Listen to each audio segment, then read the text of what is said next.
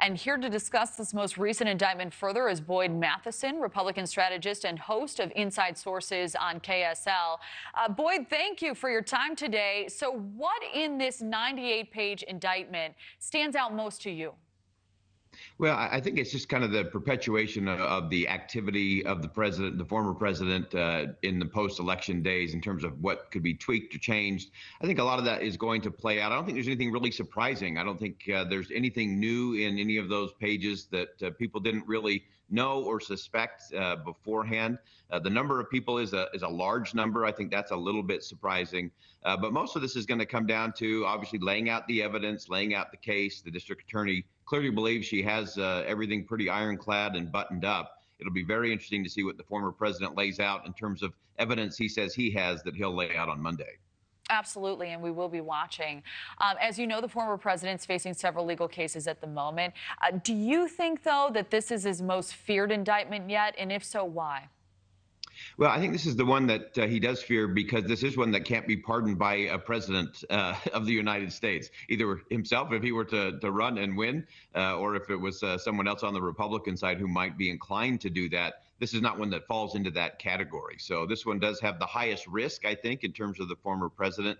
I also think it's the one that will probably take up a lot of time and a lot of resources for the former president. And I think that's something that we need to be looking at in terms of the political implications of all of this. He's currently spending about 40% of the money he's raising on legal fees. That's a significant thing, not just because it makes it hard, but if he were to run the table on the GOP side, he would be having about half as much money as President Biden will have in that reelection. And the two big resources for any campaign are time and money.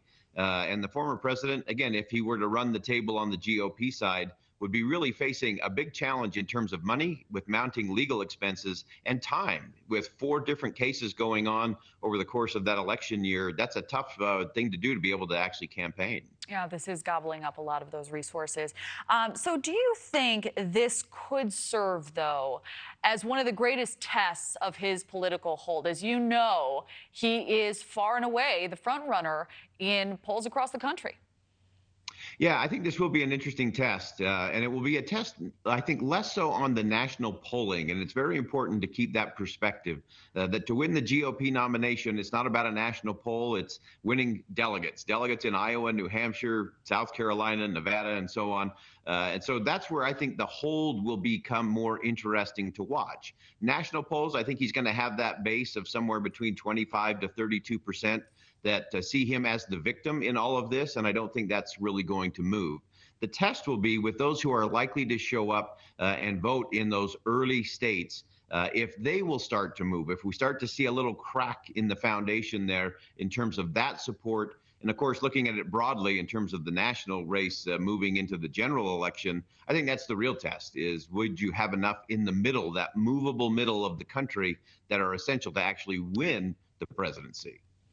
So we highlighted earlier a recent tweet by Mr. Trump where he called the Fulton County District Attorney corrupt. How credible do you think she is? You know, I think she's gone about her business in the right way. I think the most challenging part for the DA is her statement about, running on going after Mr. Trump. I think that's a little bit problematic. And sadly, it was an unnecessary line. It was also undermining in terms of her authority and authenticity in the case.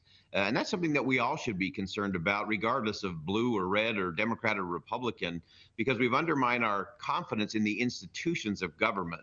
If we feel like the Department of Justice or different organizations are weaponized for political purposes, again, that undermines public trust. And to me, that's one of the big fears I have in the country is if we've stress tested this country in pandemics and world wars and economic collapse. We've never stress tested it in the absence of trust, especially trust in institutions. And I think that will be the challenge for the DA is to lay it out in terms of a very systematic, dispassionate way that can say, look, this is the evidence, here are the facts, and if we follow those, then you get to the result. And I think your concerns are widely shared. What is the biggest impact you think this case may have in the upcoming election? Well, it is a distraction for the former president. He has to deal with it. As I mentioned earlier, he's going to have to put resources, dollars and cents, and then real time into all of these cases. The other thing that will be interesting will be what the other candidates on the Republican side choose to do with this.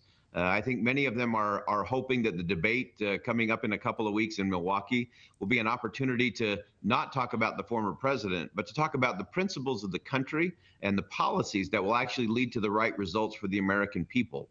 It is interesting, once you get outside the Beltway, as you travel the country, people are most worried about what's happening at their kitchen tables, dealing with inflation, trying to make ends meet, trying to keep their communities together. And so I think it will be fascinating to watch the candidates moving forward. Do they continue to focus in this backward-facing moment, this grievance mentality that the former president is really stirring and holding on to, both for legal strategy and political strategy? And will the others really recognize that the politics is always going to be not about what was or even what is, it's always about what's next. And will anyone be able to capture that vision and move the Republican Party into a forward-facing kind of agenda? Thank you for watching. Go to newsnationnow.com to find NewsNation on your television provider. And don't forget to click the red subscribe button below to get more of NewsNation's fact-driven, unbiased coverage.